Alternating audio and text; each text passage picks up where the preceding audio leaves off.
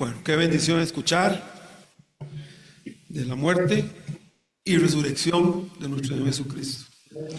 Les invito a que por favor vayan a su Biblia, al libro de Romanos.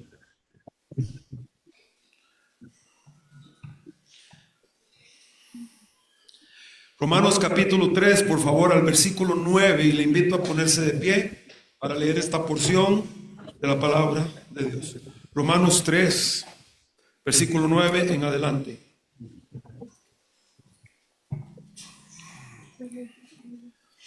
Dice así la palabra de Dios. ¿Qué pues? ¿Somos nosotros mejores que ellos? En ninguna manera. Pues ya hemos acusado a judíos y a gentiles, escuche, que todos están bajo pecado. Como está escrito, no es justo ni a uno. No hay quien entienda. No hay quien busque a Dios. Todos se desviaron. Aún se hicieron inútiles. No hay quien haga lo bueno, no hay. Ni siquiera uno. Y quiero que revise esta frase conmigo, el versículo 10, como está escrito. ¿Qué significa? Bueno, lo que dice aquí el apóstol Pablo por inspiración divina es, recuerden que esto no es algo que estamos mencionando ahorita de Pablo, ya está escrito en el libro de los Salmos, en el Salmo 14. Desde el Antiguo Testamento, Dios viene diciéndole al mundo, gentiles y judíos, a todos, no hay justo ni uno. Ni uno. Quisiera esta noche predicar sobre la plaga más grande que ha sufrido la humanidad. Pedimos tu bendición, Señor, para este tiempo de estudio bíblico y que usted haga la obra, que tu Espíritu haga la obra, Señor. En Jesús oramos. Amén. Puede tomar asiento. La plaga más grande que ha sufrido la humanidad. En octubre de 1347, una flotilla de Génova regresó del Mar Muerto, del Mar Negro, llevando en su interior la sentencia de muerte para el continente europeo. Tras el arribo de las embarcaciones a Messina, Italia, la mayoría de los navegantes ya estaban muertos. Los escasos sobrevivientes desearon no haber quedado con vida. La fiebre sacudió con violencia sus cuerpos, cubiertos de llagas que ardían como volcanes en la piel. Las autoridades ordenaron que las embarcaciones fueran sacadas del puerto, pero ya era demasiado tarde. Las ratas infectadas de pulgas mortíferas habían descendido por las cuerdas de los barcos en dirección a la aldea, y el dictador bubónico había emprendido su marcha inclemente a lo largo y ancho de Europa. La enfermedad se propagó por las rutas comerciales que atravesaban Italia con destino a Francia y a las demás naciones del norte europeo. Al llegar la primavera, ya había atravesado la frontera con Inglaterra. En el corto lapso de 5 años brutales, 25 millones de personas, un tercio de la población europea de aquellos años, ya había muerto. Y ese era solo el comienzo. 3 siglos más tarde seguía la epidemia, la plaga en pleno furor.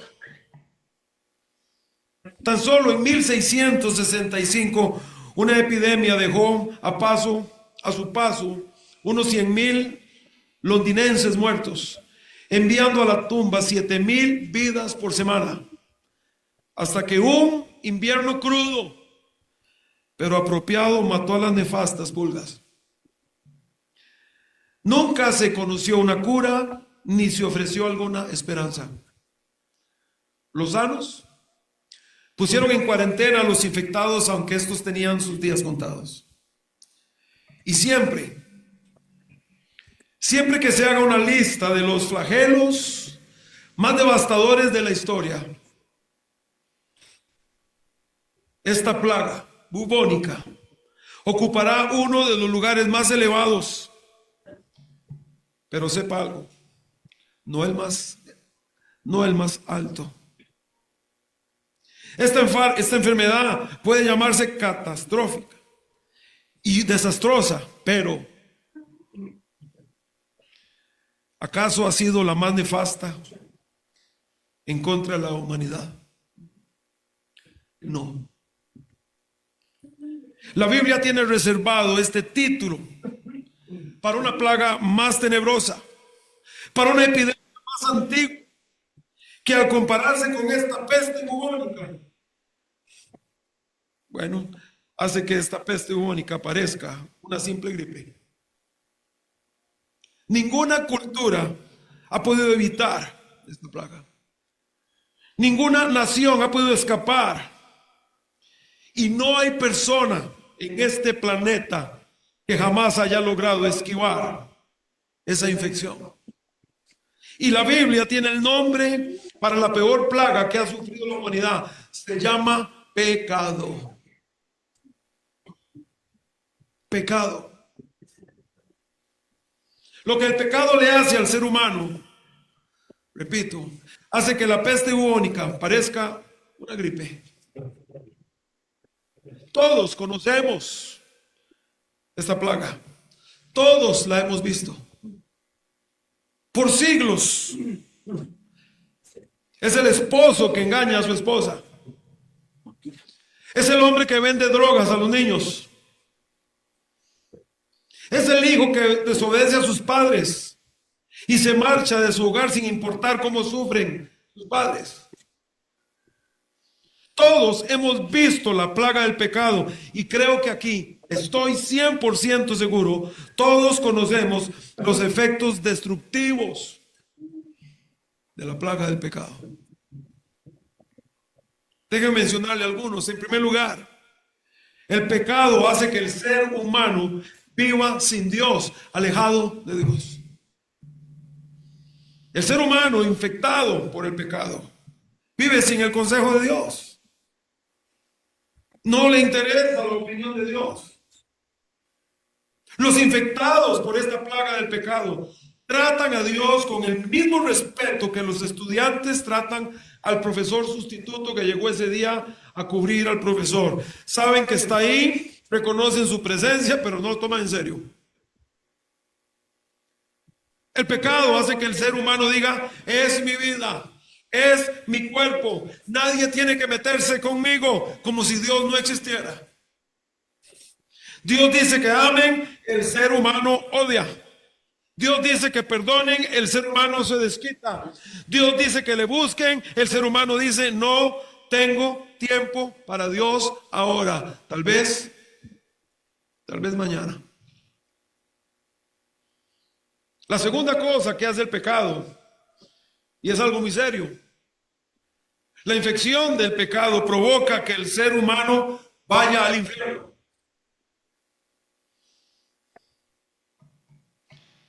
Algunos puede ser que vean el pecado como simples errores.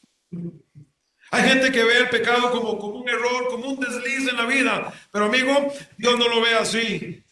Dios no ve el pecado como un pequeño error pasajero. La Biblia dice muy claramente, la Biblia enseña con toda claridad que el pecado no va a poder entrar al cielo.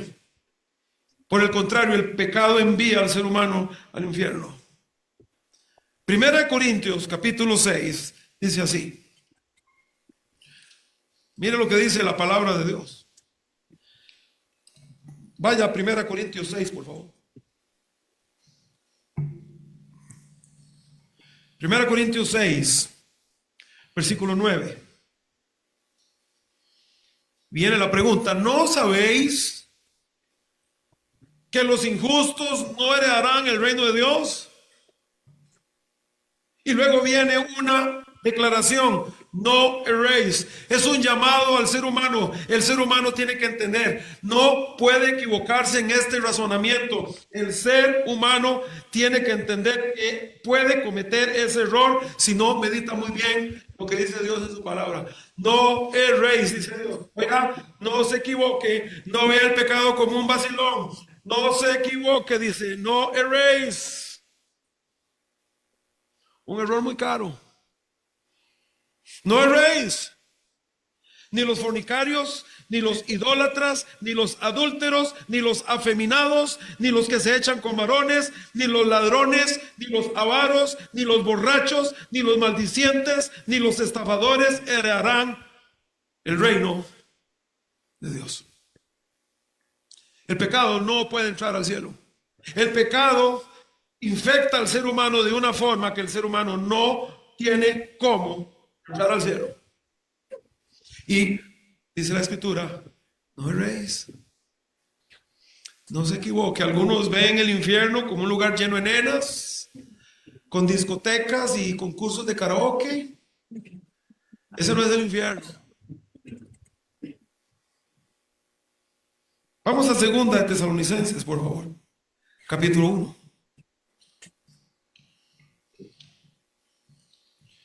¿Cuánta gente se equivoca en esto y juega con esto? ¿Y cuánta gente dice, no, Dios jamás va a enviar a alguien al infierno? Amigo, está equivocado. Dios no quiere enviar a alguien al infierno. Pero la gente sí cae en el infierno. La Biblia lo explica muy claramente. Y no es que Dios quiera, es que la infección del pecado provoca, número 1, que el ser humano viva alejado de Dios como si Dios no existiera. Número 2, la infección del pecado provoca que el ser humano vaya al infierno cuando muere. 2 de Tesalonicenses, capítulo 1, versículo 8. Vea lo que dice acerca de Dios. En llama de fuego para dar retribución a los que no conocieron a Dios, ni obedecen al evangelio de nuestro Señor Jesucristo, los cuales sufrirán pena de eterna perdición. Aquí no habla de karaoke, ni nenas, ni salón de baile en el infierno. Sufrirán eterna perdición. Excluidos, de la presencia del Señor y de la gloria de su poder.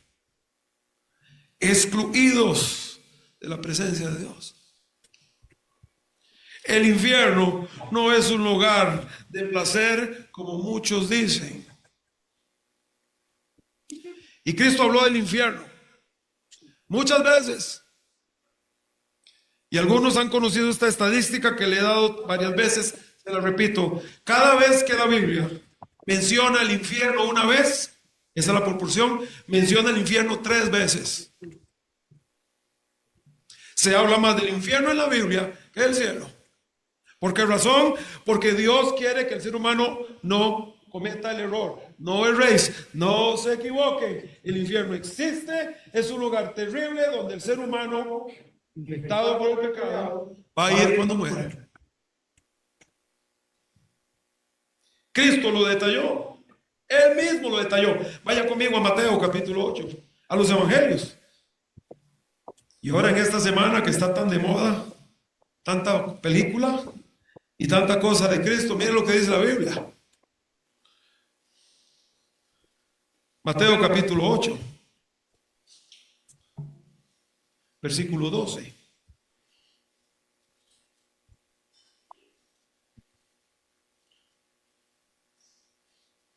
Mas los hijos del reino serán echados a las tinieblas de afuera. Allí será el lloro y el crujir de dientes. Tinieblas. Tinieblas de afuera.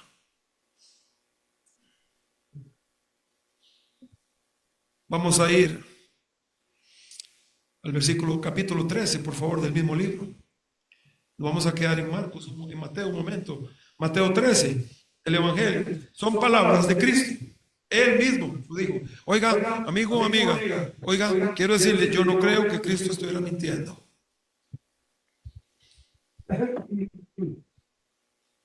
Él dijo esto. Mateo 13,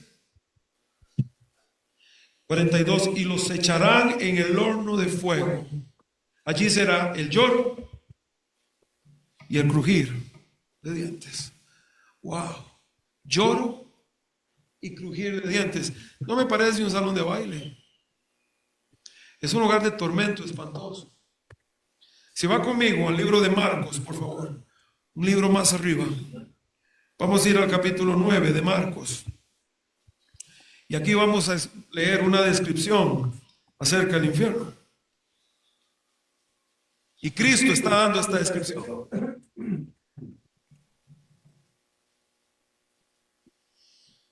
Acerca del infierno en el versículo 48 de Marcos 9, donde el gusano de ellos no muere. Y escuche, y el fuego nunca se apaga. El infierno es un lugar de tormento eterno, donde el fuego no se apaga, donde el gusano no muere y donde la persona está excluida de la presencia de Dios por la eternidad. Lucas 19. Por favor. Perdón, Lucas 16.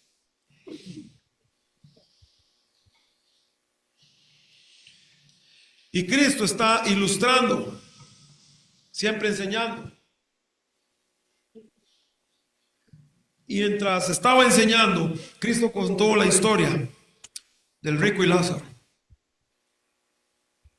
Y creo que es una de las partes de la Biblia donde se detalla mejor, más profundamente, el clamor, el tormento, el estrés de la gente que cae al infierno. Versículo 19. Había un hombre rico que se vestía de púrpura y de lino fino y hacía cada día banquete con esplendidez. Bueno, era rico. Tenía todo lo que una persona puede querer en este mundo. Había también un mendigo llamado Lázaro que estaba echado a la puerta de aquel, lleno de llagas. Y Lázaro ansiaba saciarse las migajas que caían de la mesa del rico, y aún los perros venían y le lamían las llagas. Y aconteció que murió el mendigo y fue llevado por los ángeles al seno de Abraham. Pero también dice, murió también el rico y fue sepultado, porque esa es la cosa. Todo el mundo va a morir, todos vamos a morir. Ricos, pobres, todo el mundo en este salón va a morir un día. Así que murió también el rico, dice. Y fue sepultado. Y vea lo que dice el rico en el versículo 23. Que en el Hades alzó sus ojos y estando en tormentos. Ya lo dijo, ya lo leímos ahora en Corintios, no erréis. Estando en tormentos, ese es el infierno. Vio de lejos a Abraham y a Lázaro en su seno. Entonces él, dando voces, dijo: Padre Abraham, ten misericordia de mí y envía a Lázaro para que moje la punta de su dedo en agua. Qué desesperación, qué nivel de calor, qué nivel de tortura que usted esté deseando, aunque sea una gota, que es lo que puede venir en un dedo lleno de agua. Una gota o dos, tal vez. Que moje la punta de su dedo en agua y refresque mi lengua. Qué tormento. Y sigue diciendo: porque estoy cantando y estoy ganando los concursos de karaoke. El ser humano juega con esto mucho. Yo veo a la gente y me entristece cuando la gente no entiende la realidad del infierno y lo terrible que es el infierno. Porque estoy atormentado en esta llama.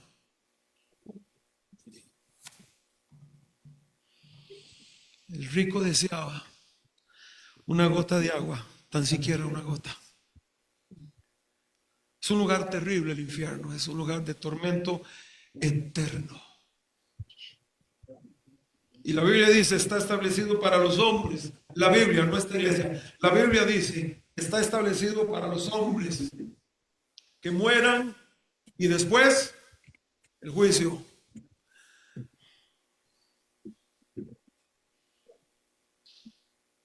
No existe tal empujón después. Es ahora en vida que el ser humano debe volverse a Dios.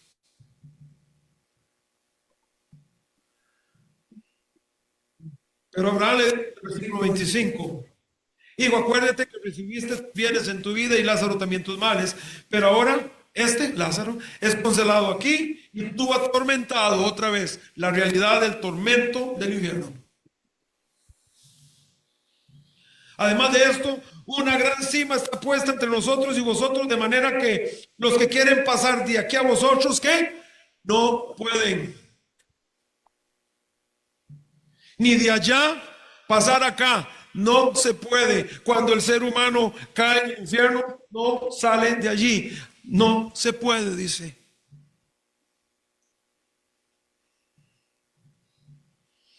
Entonces le dijo, te ruego pues, padre, que le envíes a la casa de mi padre. El rico le dice, envía a Lázaro a mi familia, porque tengo 5 hermanos, para que les testifique, a fin de que no vengan ellos también a este lugar de tormento. Tormento, tormento, tormento, es lo que dice la Biblia constantemente acerca del infierno. Un lugar de tormento. Versículo 29. Y Abraham le dijo, a Moisés y a los profetas tienen, óiganos.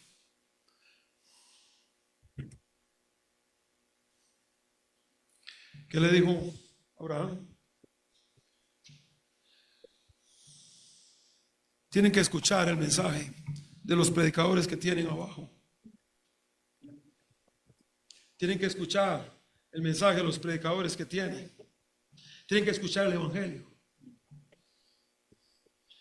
Así que el efecto del pecado es, número 1, el ser humano vive alejado de Dios como si Dios no existiera. Número 2, la persona infectada con el virus del pecado está condenado a morir e ir al infierno, un lugar de tormento por los siglos. Pero mire, tercer efecto de esta infección, de esta plaga del pecado, es el tercero. Todo ser humano está infectado de pecado.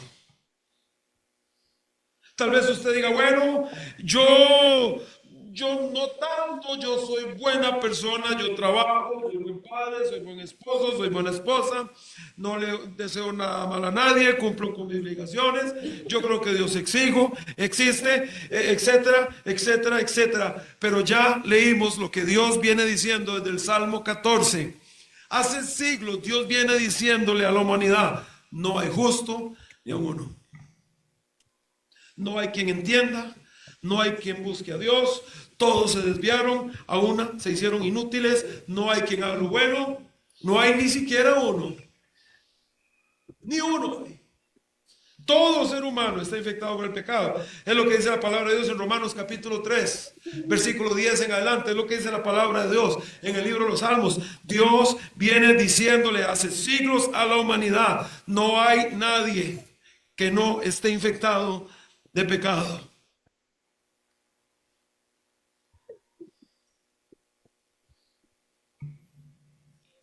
Surge entonces la pregunta: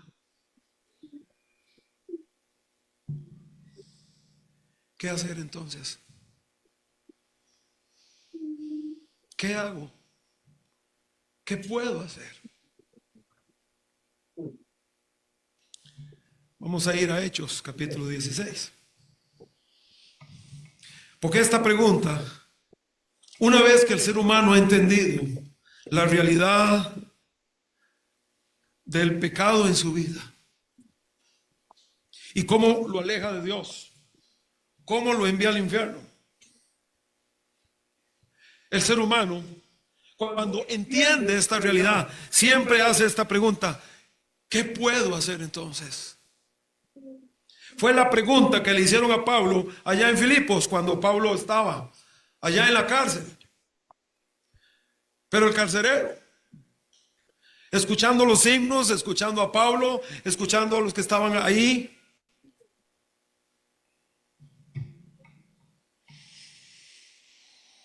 Dice el versículo 25 de Hechos 16, pero a medianoche orando, Pablo y Silas cantaban himnos a Dios y los presos los oían. Y el mensaje llegó al carcelero. Llegó la convicción del Espíritu Santo de Dios a su corazón y entendió que estaba perdido y que necesitaba a Jesucristo. Entendió la realidad del pecado en su vida y dijo, versículo 30, y sacándolos les dijo, señores, ¿qué debo hacer para ser salvo? Ellos le dijeron, cree en el Señor Jesucristo y será salvo. Esta fue la respuesta y sigue siendo la misma respuesta hoy. No es por obras. No hay nada que estas sucias manos puedan hacer para ganarse el cielo. Soy un inútil, no hay quien haga lo bueno, no hay ni siquiera uno. Yo no puedo ganarme el cielo. Pero Dios es un Dios bueno. Y Él dice en su palabra cómo. Cree en el Señor Jesucristo. Es Jesucristo. Él es la respuesta. Él es el camino. ¿Por qué no Mahoma? ¿Por qué no Moisés? ¿Por qué no la religión? ¿Por qué no tal iglesia? Ningún hombre puede salvar a nadie. Ninguna religión puede salvar a nadie. Tiene que ser Jesucristo, no hay otro. Cree en el Señor Jesucristo. Ese fue lo que los apóstoles Pablo y su compañero Silas señalaron y viene señalando la escritura en todo el Nuevo Testamento. Es Jesucristo. Y Él mismo, muchos años atrás, Él lo dijo en Juan 14. Yo, dijo, soy el camino, la verdad y la vida. Nadie, y subraya ese nadie, viene al Padre si no es por mí. Solo Jesús.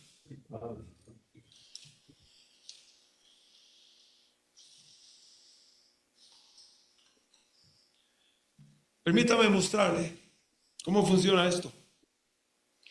Y quiero volver a la anécdota de la plaga en Europa.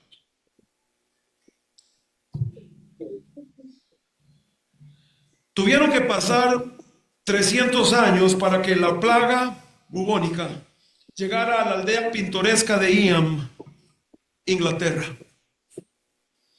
George Vickers, un sastre, abrió un paquete enviado desde Londres. Era la tela que había mandado traer, pero al abrirla y sacudirla, esparció pulgas infectadas con la plaga. En solo 4 días cayó muerto y la aldea completa quedó condenada. Sin egoísmo alguno, los aldeanos se sometieron a sí mismos a cuarentena para tratar de proteger las regiones aledañas. Otras aldeas enterraron alimentos en un campo abierto y dejaron que los habitantes de Iam murieran solos sin ayuda. Sin embargo, para asombro de todos, mucha gente sobrevivió en esa aldea. Un año más tarde, cuando algunos forasteros visitaron de nuevo la región, descubrieron, escuche, que la mitad de los residentes habían resistido la enfermedad. Y llegó la pregunta, ¿cómo lo lograron? Habían tocado la plaga, la habían respirado. Hubo una madre sobreviviente. Esta señora, esta madre, había enterrado a 6 de sus hijos y a su esposo en el transcurso de una semana. El sepulturero había tocado a cientos de cadáveres infectados y no murió. ¿Por qué no? ¿Cómo sobrevivieron? Fue la pregunta. Y la respuesta fue herencia. A través de estudios del ADN de los descendientes, los científicos encontraron indicios de un gen que bloquea la enfermedad en algunas personas. Este gen atrinchera los glóbulos blancos de la sangre de tal modo que impide el acceso de la bacteria al sistema. En otras palabras, la plaga podía entrar en contacto con el organismo de ellos, pero no los mataba. Por eso un segmento de esa población que vivió sumergido en un océano de infección sobrevivió sin ser afectado. Todo porque tenían ancestros sanos. ¿Cuál fue el secreto para sobrevivir la plaga bubónica? Pertenecer al linaje correcto. Ahora, por supuesto que esto es algo que ellos no podían escoger. Ni usted y yo podemos escoger quiénes son nuestros padres, pero sí podemos escoger si queremos que Dios sea nuestro Padre hoy.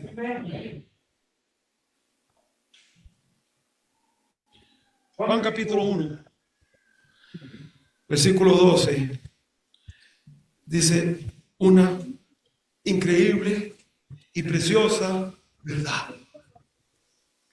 Juan capítulo 1, versículo 12 dice: mas a todos los que le recibieron, está hablando de Jesucristo, a todos los que recibieron a Jesucristo, a los que creen en su nombre, escuche, les dio potestad de ser hechos hijos de Dios. Y cuando una persona viene a Jesucristo, se convierte entonces en hijo de Dios, y que la plaga del pecado, ese asunto, queda resuelto para siempre.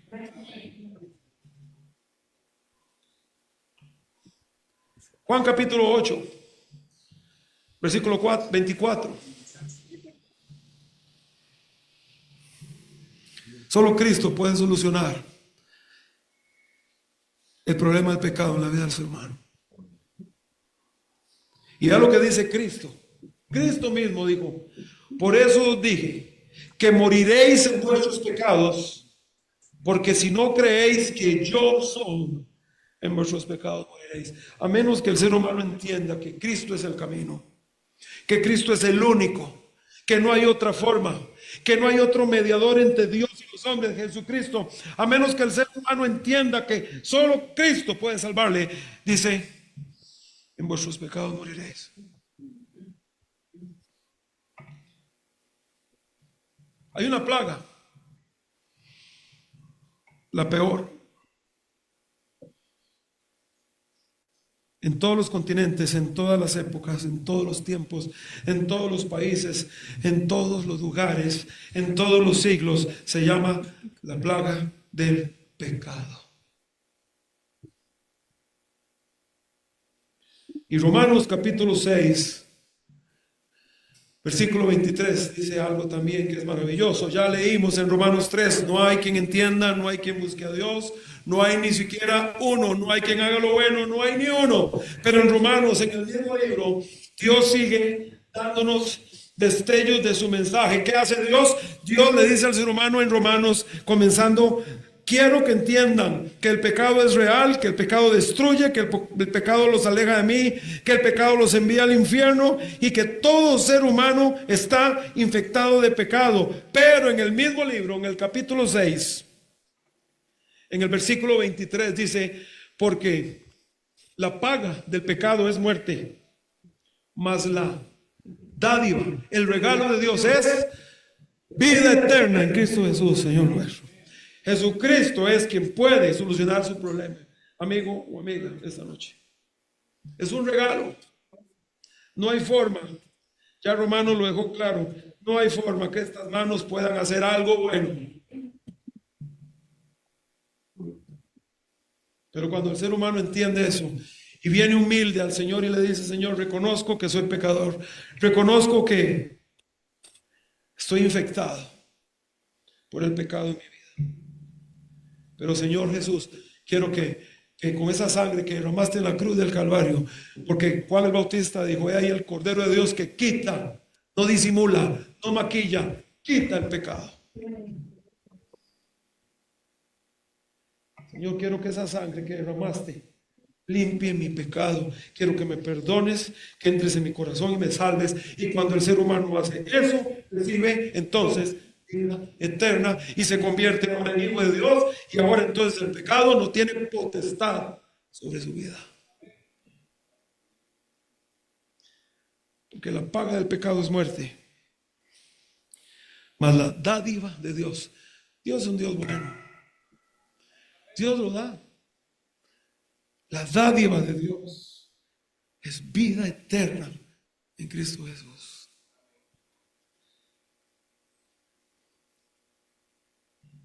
Apocalipsis, perdón, 3:20 dice, palabras de Cristo mismo. Escuche, Él dice, escúcheme, he aquí, yo estoy a la puerta y ¿qué? Oye, Cristo dice, yo estoy a la puerta y yo llamo. Si alguno oye, si alguno oye y abre la puerta, es la promesa de Dios, es la promesa de Jesucristo. Yo entraré a Él y cenaré con Él y Él conmigo. Esta noche estoy seguro, estoy 100% seguro que el Señor Jesucristo está tocando la puerta de su corazón. Si alguno oye, dice, y abre la puerta, entraré a Él. Es una decisión suya. Nadie la puede tomar por usted. Sus padres no pueden tomarla por usted. Nadie puede tomar esa decisión. Usted debe tomarla. Y es mi oración que esta noche usted acepte ese regalo, que Jesucristo es su salvación eterna. Está a su disposición, amigo, amiga. Ahí la tiene. Pero es su decisión. Termino con este versículo famoso. Juan capítulo 3, versículo 16. Porque de tal manera amó Dios al mundo, que ha dado a su Hijo unigénito, Jesucristo, para que todo aquel que en Él cree, no se pierda, mas tenga vida eterna. Gracias, Señor, por tu palabra. Gracias por permitirnos y gracias por tu música, y gracias por tu palabra, y que tu Espíritu Santo haga la obra. Es mi oración, Señor.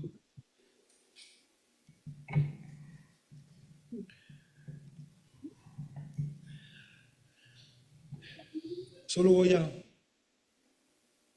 hablarle solo por un minuto más.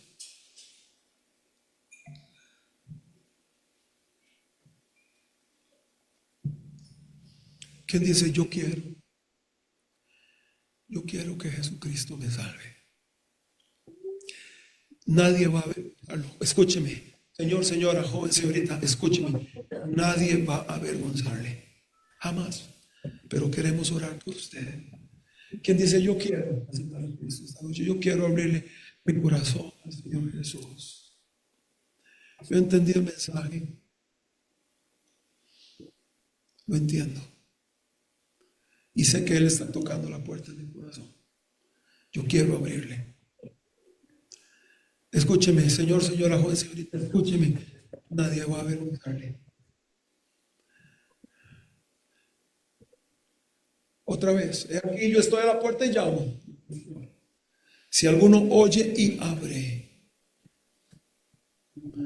tienes que abrir. El Señor toca y tú estás oyendo, yo lo sé, pero falta abrir. Si alguno oye mi voz y abre la puerta, entraré a Él. ¿Quién dice? Yo quiero. Mire, ahí donde usted está, solo levante su mano, vamos a orar por usted. Nadie va a avergonzarle. ¿Quién dice? Yo quiero. Yo quiero. ¿Alguien? Ahí donde está. Levanta su mano y oramos por usted en este momento.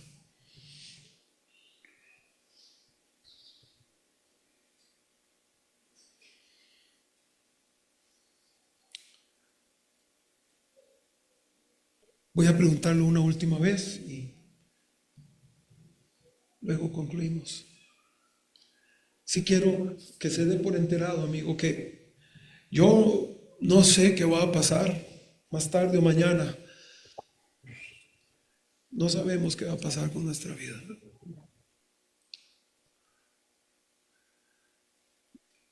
No, no cuente con un tiempo que Dios no le ha prometido a usted.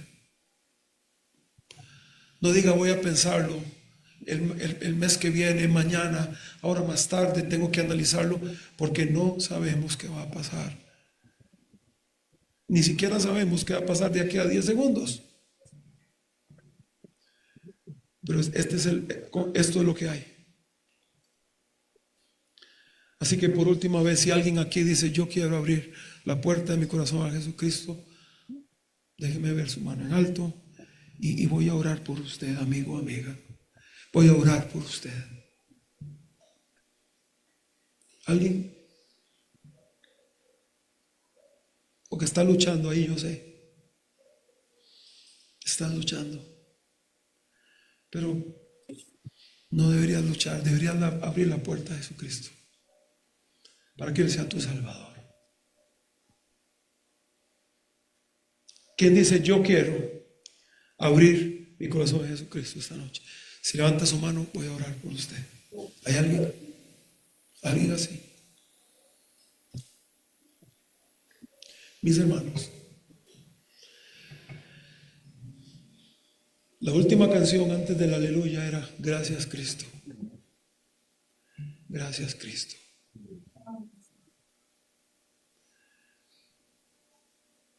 Que Jesucristo reciba la honra y gloria, hermanos, porque es su salvación, es su sacrificio, es Él. Él es quien ha hecho todo por nosotros, hermanos. Demos gracias al Señor porque un día alguien vino a nuestra vida con la luz del Evangelio. Demos gracias al Señor porque un día alguien nos habló y entendimos que necesitamos a Jesucristo.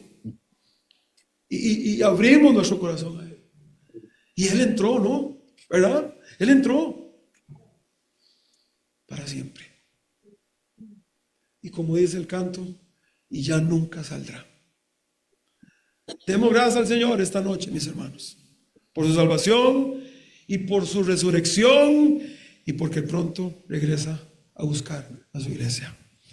Vamos a orar si gusta en este momento. Señor, gracias por el culto que nos has dado, tan especial, porque usted esta noche nos ha recordado su amor, su misericordia, su gracia. Gracias, Señor, porque fuiste a la cruz y tú mostraste la forma de hacerlo. No podíamos nosotros, no se puede, pero tú lo hiciste por nosotros y queremos agradecer por tu salvación,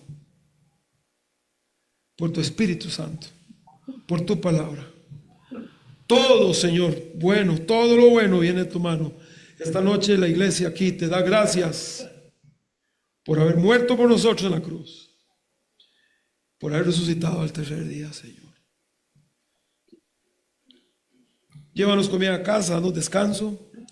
Si mañana nos permites vivir, que te honremos y que seamos de bendición a alguien. En Jesús oramos.